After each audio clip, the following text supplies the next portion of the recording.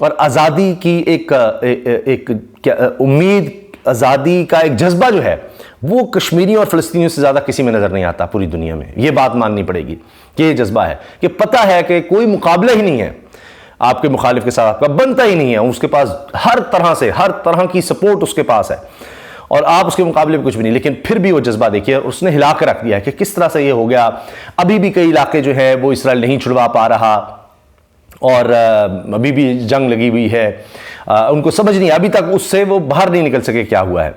پھر ان کے بڑے بڑے فوجی جو ہیں وہ گرفتار کر لیے گئے ہیں. آپ اندازہ لگائیے، ان کا کہا جا رہی کرنل بھی مارا گیا. کئی فوجی، اب اسرائیل کہہ رہا ہے کہ ہمارے مارے گئے ہیں، لیکن ساتھ یہ بھی کہ جی گرفتار بھی ہوئے ہیں. اور پورا ایک یعنی جنرل جو ہے لیول کا، جس کا ایک پورا الگ اپنا ایک ڈویژن کہیں یا پوری ایک الگ جو فوج کے اندر جس طرح سے ایک آپ سمجھے پورا ایک فوج کا الگ سے ایک حصہ اس کے اندر تھا، وہ گرفتار ہو گیا ہے. اور اب ان کو اسی طرح رکھا ہوا ہے. یہ بھی کہا جا رہا ہے حماس کی طرف سے کہ ہمارے پاس اسرائیل جو سوچ رہا ہے اس سے کہیں زیادہ لوگ ہم نے گرفتار کیے ہوئے ہیں، ہماری قید میں ہیں، اور ان کو ہم استعمال کریں گے جو فلسطینی قیدی ہیں ان کی رہائی کے لیے. ان کے بدلے میں ہم ان کو رہا کریں گے. یہ انہوں نے بتا بھی دیا ہے اور یہ بھی کہہ دیا ہے کہ جی ہمارے پاس لڑنے کے علاوہ اور کوئی دوسرا راستہ ہی نہیں ہے، ہم صرف اور صرف لڑ ہی سکتے ہیں اب، ہمارے اور کسی طرح کا کوئی ہمارے پاس راستہ بچا ہی نہیں تھا. تو یہ چیزیں سوچنے کی ہیں اور اس پر اب سب لوگ بات کر رہے ہیں کہ جی دیکھا جائے. اس میں عالمی برادری بیچ میں ہے. اچھا، OIC جو کچھ نہیں کر سکا آج تک، خیر اس معاملے پر اسلامی ممالک کی جو تنظیم ہے، سب سے بڑی اسلامی ممالک کی تنظیم سمجھی جاتی ہے اور یہ 57 اسلامی ممالک کہے جاتے ہیں، ان کی طرف سے بس یہ کہا گیا عالمی برادری مداخلت کرتے فلسطینیوں کے خلاف اسرائیلی جارحیت رکوائے. چلیں اتنا تو کہا، لیکن یہ اسلامی ممالک مل کر ایک بہت طاقتور آواز اس طرح نہیں بنتے. لبنان کی طرف سے میں نے آپ سے عرض کیا حزب اللہ اب بیچ میں آ گیا ہے.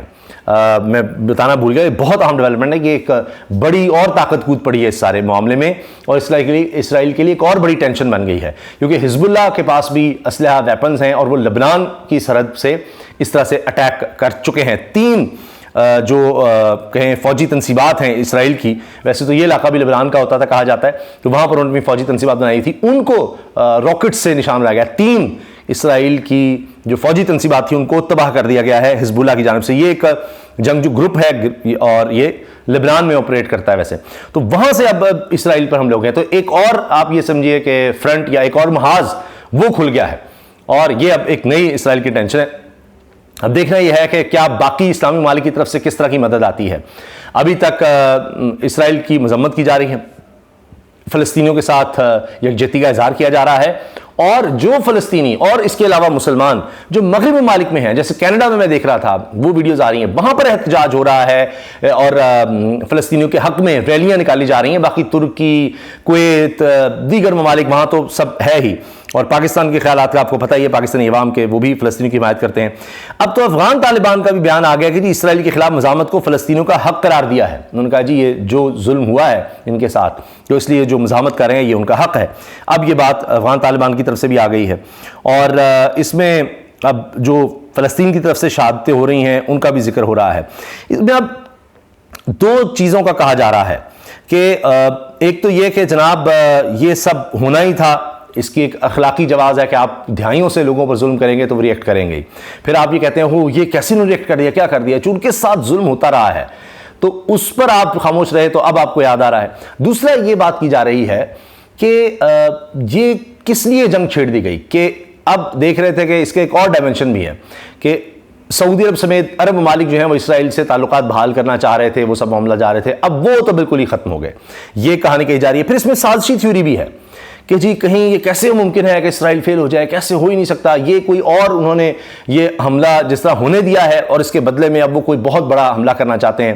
اور جس طرح دیکھا گیا کہ بڑی طاقتیں کرتی ہیں کہ جناب جواز ان کے پاس آ جاتا ہے، پھر انہوں نے کسی اور پر حملہ کرنا ہوتا ہے، کہتے ہیں جی اس وجہ سے ہم جا رہے ہیں، جس طرح میں نے آپ کو ایران کا ذکر کیا.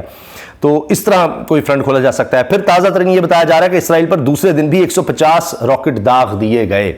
تو یہ سلسلہ بھی نہیں رک پا رہا اتنی ویپنز ہونے کے باوجود. یہ اس وقت لیٹسٹ اپڈیٹس ہیں، اور اس کے ساتھ جناب جو خبروں میں بتایا جا رہا ہے اب تک مختلف ذرائع سے چونکہ خبریں چل رہی ہیں، ان میں نے آپ سے عرض کیا کہ شہادتیں فلسطین کی بھی ہو رہی ہیں، وہاں لوگوں کی بمباری بہت زیادہ کی گئی ہے۔ پھر اس کے ساتھ خود یہ بات کی جا رہی ہے اسرائیل کی طرف سے کہ جی بڑی تعداد میں ان کے لوگ گرفتار ہیں، ان کے فوجی بھی مارے گئے ہیں، یہ بھی مان رہے ہیں، اور گرفتاریوں کا بھی وہ کہہ رہے ہیں کہ جی ہمارے لوگ بھی گرفتار ہوئے ہیں، جبکہ حماس کا یہ کہنا ہے کہ اس سے کہیں زیادہ، جو اسرائیل اندازہ لگا رہا ہے اس سے کہیں زیادہ لوگ ہمارے پاس ہیں۔ اب مختلف تعداد بتائی جا رہی ہے۔ حماس حملے میں کہا جا رہا ہے جی 350 اسرائیلی ہلاک ہوئے، کچھ کہہ رہے ہیں جی 500 ہیں، جبکہ 480 فلسطینی شہید ہو چکے ہیں جوابی جو کارروائی کی ہے اسرائیل نے یا حملہ کیا ہے اس میں۔ تو یہ تو ہمیشہ سے ہوتا ہے کہ اسرائیل دکھانا چاہتا ہے ہم کہ جی ایک ہمارا مرے گا تو ہم آپ کے 100 مار دیں گے، یہ بات وہ کرتے ہیں۔ حماس کے حملوں میں اب انٹرنیشنل آرگنائزیشنز جو بتا رہی ہیں، یہ میڈیا ہاؤسز، حماس کے حملوں میں کرنل سمیت ہلاک اسرائیلیوں کی تعداد 600 سے زیادہ ہو گئی ہے، 600 سے زیادہ، 1590 افراد زخمی ہوئے ہیں۔ یہ اسرائیل کا جو نقصان ہوا ہے وہ بتایا جا رہا ہے، جن میں ان کے کرنل سمیت کئی فوجی ہیں، 600 سے زیادہ۔ تو یہ یعنی اتنا بڑا نقصان اسرائیل کو کبھی 50 سال میں بھی نہیں اٹھانا پڑا جتنا اب اس کو ہوا ہے۔ اور کویت نے بھی فلسطین کی کشیدہ صورتحال کا ذمہ دار اسرائیل کو قرار دے دیا ہے۔ پھر سعودی وزیر خارجہ نے فلسطینی شہریوں کو نشانہ بنائے جانے کو مسترد کر دیا کہ بھئی فلسطینی شہریوں کو نشانہ نہ بنایا جائے۔ سعودی عرب بھی بیچ میں آ گیا، میں نے کو بتایا حزب اللہ آ گیا، وہ بھی ایک لڑاکا گروپ ہے، جنگجو گروپ ہے، اور حماس کی طرح وہ ایک اسرائیل کے لیے بڑی ٹینشن بن گیا۔ پھر جناب اسرائیل پر حملہ بائیڈن انتظامیہ کے ایران سے معاہدے کے باعث ہوا، ریپبلکنز نے الزام لگا دیا ہے۔ یہ اس وقت جناب تازہ ترین صورتحال ہے، اور اقوام متحدہ کی سلامتی کونسل کا اجلاس بھی طلب کیا گیا ہے۔